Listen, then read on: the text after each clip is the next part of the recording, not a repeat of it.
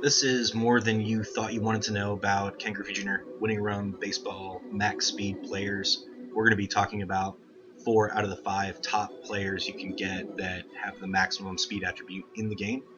We'll be breaking down both offensively and defensively how having max speed players really helps you out a lot.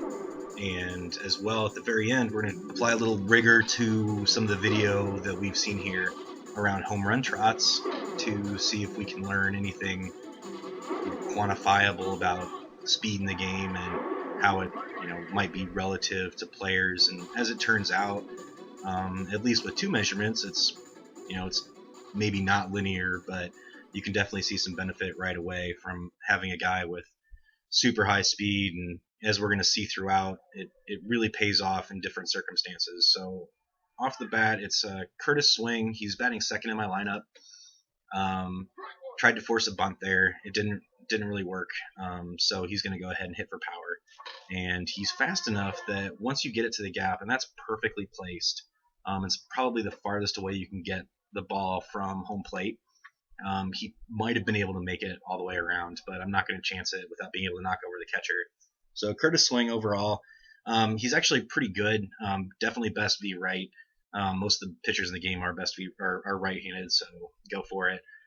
When you're batting against lefties, I usually have him bunt pretty much all the time. So Razor Sizemore is everything Curtis Swing is from the other side of the plate.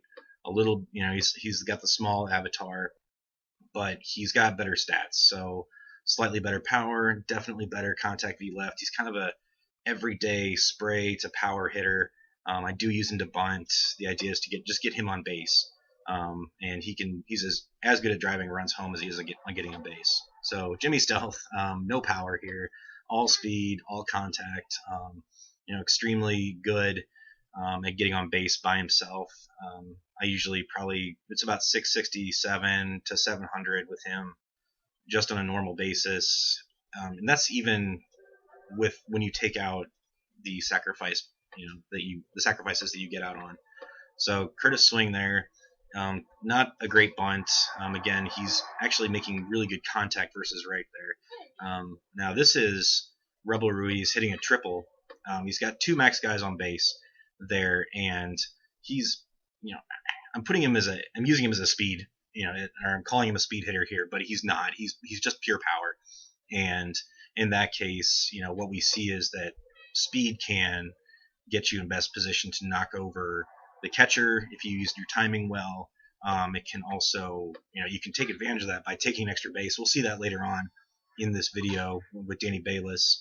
Speed also helps defensively. I've noticed that having a speedy guy at third base is really, really awesome because you pick up a lot of foul balls over there. I usually play the outfield in, and Jimmy Stealth can reach into the gap a little bit in center field if I do that. We'll see later the downfall of that part of the strategy, playing your guys in. Terrible base running here, but I was pushing the limits.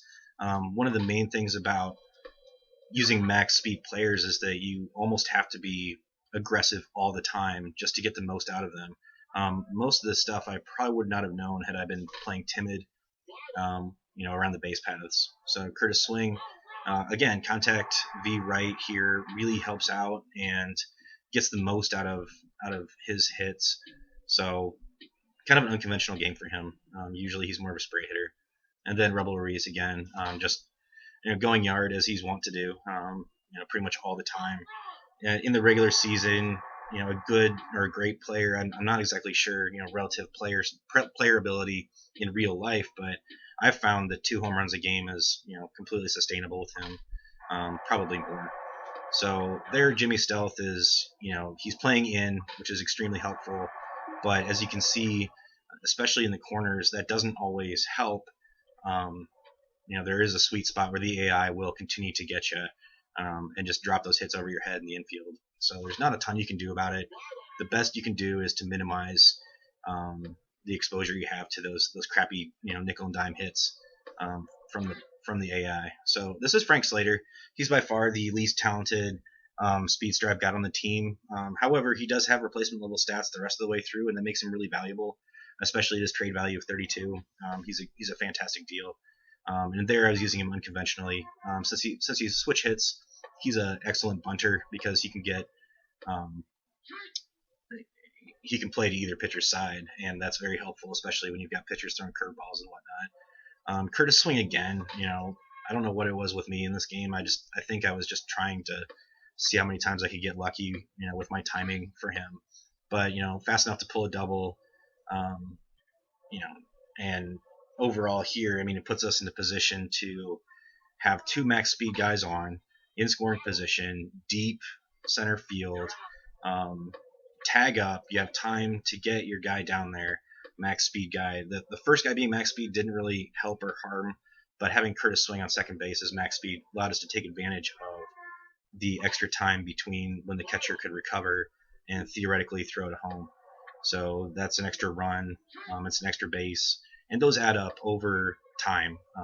What we're about to see here is kind of the bane of this defensive strategy of playing your outfielders in, is that the corner outfield pockets are just real hot spots. Luckily, the AI doesn't tend to hit them that often, especially if you're pitching down the plate. You're not trying to do any funny stuff here.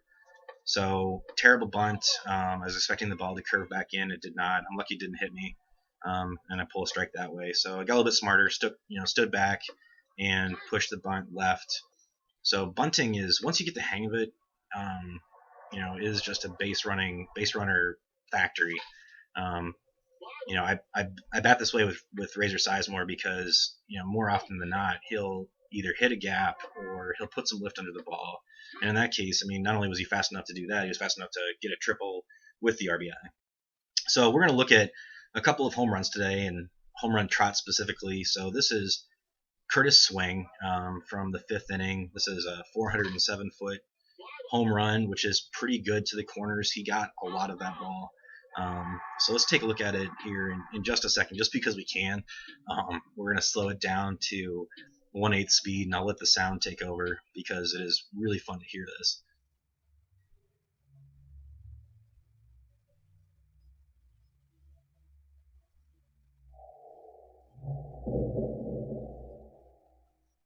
So swing begins. Ball is still in the green.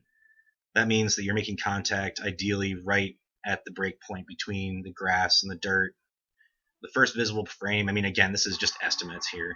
And I know the recording is up to, so we're looking at, within tenths of seconds here for timing. And this came out to be 6.92 seconds from roughly first base to home, the home run trot, right?